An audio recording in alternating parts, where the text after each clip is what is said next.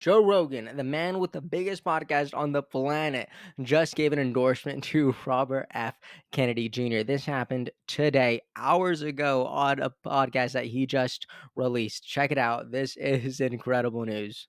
Ridiculous, but that's just what they do. That's politics. They do it on the left, they do it on the right. They gaslight you, they manipulate you, they promote narratives, and the only one who's not doing that is Robert F. Kennedy Jr. You a fan? Yeah, I am a fan.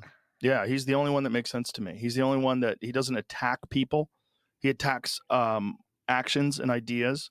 But There we go. Are you kidding? It's one of my favorite things about Kennedy. He looks to be the only politician that doesn't ostracize the other side. He doesn't ostracize his political opponents, his political enemies. This is great. Are you kidding? he's much more reasonable and intelligent. I mean, the guy was an environmental attorney and cleaned up the East River.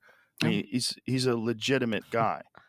Before anybody started calling him an anti-vaxxer, which I thought he was too. I thought he was this nut, this like conspiracy theorist nut, until I read his book.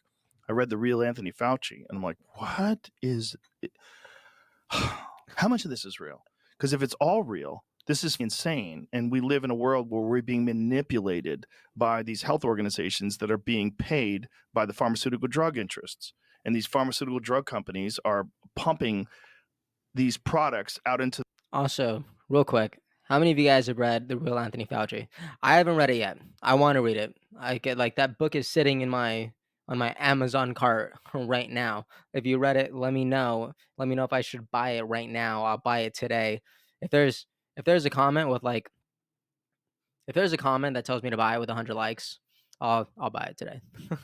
into the population and telling Just let me know what you think about it first. All right? Should I? Let me know. us that we need them, and then making insane amounts of money. And then also the government is in on it, and also they share a patent with Moderna, and also they share profits, and there's $700 million, 700. I mean, however much money was made, whatever the number is that these guys made off of these products, like this is all of it is crazy. There's the revolving door between the CDC and the FDA and then these pharmaceutical drug companies. So the people that make the regulations then go on to have these cushy jobs with the pharmaceutical drug corporations. Like, oh, nothing to see here. It's like it's open. It's right out in the open. Right. And when he talks about all that stuff in his book, you're just like, what the man? If this wasn't true, he would be sued. Yeah. But So it seems to be true. yeah. That is absolutely insane. That's probably one of the best endorsements. That's probably gonna really, really help out RFK Jr. I'm telling you. Do you know how many people tune in to Joe Rogan every single day? You know how many people have seen this already? This has already done incredible numbers all across the internet. Republicans against Trump even reported on this. Joe Rogan announced he supports RFK Jr. over Trump. He is the only one that makes sense to me. Other people and tribalism and politics also covered this. I'm a fan. I'm a fan. There we go.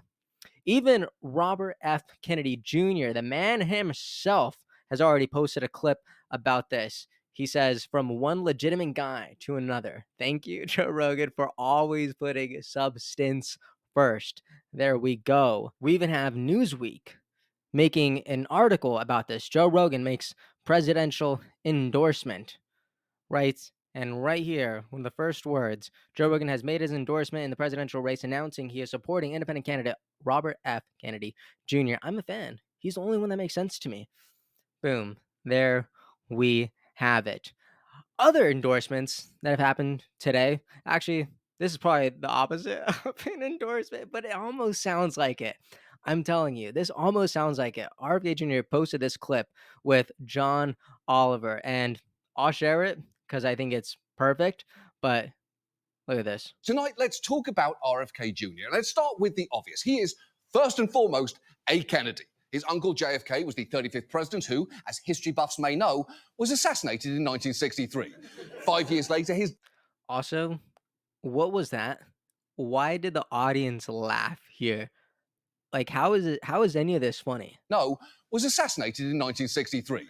5 years later, his dad was also assassinated when Kennedy was just 14 years old. In his teens and 20s, he struggled with drug addiction, but in 1983, he got So sober and weird. soon became the chief prosecuting attorney for what would become the environmentalist group Riverkeeper, kicking off a career doing some genuinely laudable work, railing against fracking, Hudson River pollution, and greedy corporations poisoning natural resources. That is why New York Magazine called him the Kennedy who matters, and Time named him a hero for the planet. And as a candidate, he tried to tap into the liberal credibility that his work got back then. He's promised to be the greatest environmental president in American history and has talked about a bunch of things that we've covered, like so-called forever chemicals or PFAS and the proliferation of microplastics. You know, Sounds all great. the fun stuff you expect from our comedy show. Which at this point should probably be called You Have Already Been Poisoned with the Duolingo Owl's Biological Uncle. And it's not just that. He's also proposed raising the minimum wage to $15 and making student debt dischargeable via bankruptcy. And if I ended this piece right now, it'd honestly be a pretty good ad for RFK Jr. Tell me that isn't perfect. Tell me that isn't perfect. So at first, because I watched this with like zero context, so I had to go back to I had to actually, search up this guy's show because I don't watch his show. The last week tonight with John Oliver, and it's actually really interesting. It's an entire episode dedicated to RFK Jr. and it's on HBO Max. I'm totally gonna watch this later, but I will play the first like minute or so just because the first minute is pretty great, and I don't see what the problem is at all.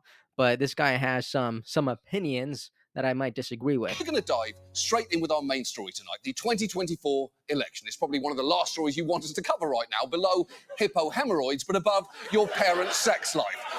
Long story short, they tried wheelbarrow. That's how your dad hurt his hip. There's spasmodic dysphonia, to the news that doctors once found a dead worm in his brain, to even his physical fitness routine, which he's put front and center in ads like this. I go to the gym every day. I hike every day. I don't ever eat processed food. Here we go. I do intermittent fasting.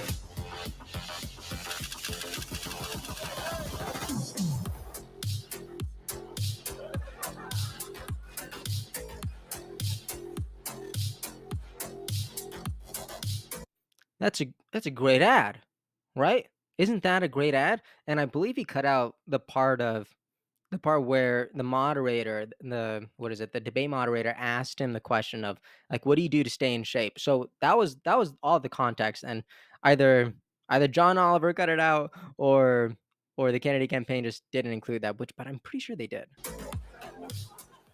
Cool. To be honest, that looks less like a campaign ad and more like the dating profile of a guy who just lost custody. What a cheap shot. Are you kidding me? He's 70 years old and he looks better than you do.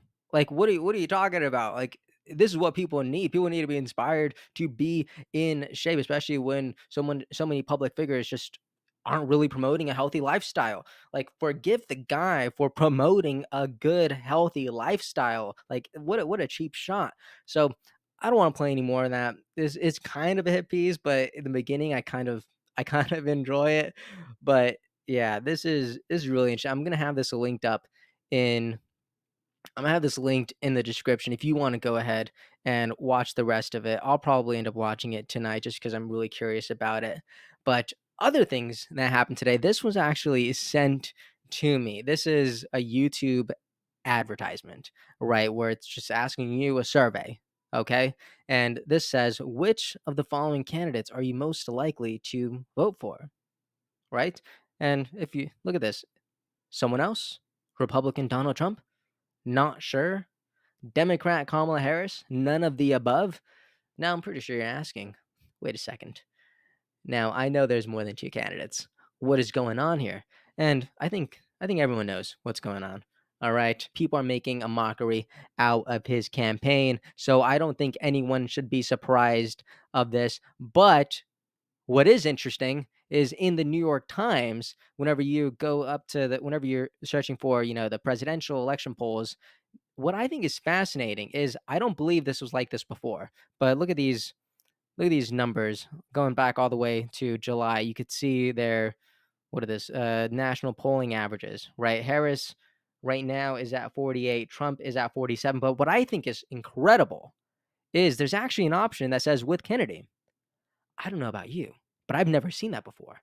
And I think that's powerful. Coming from the New York Times, are you kidding? Like no other third party candidate is here. I don't know if Jill Stein is still in the race, but she's not here.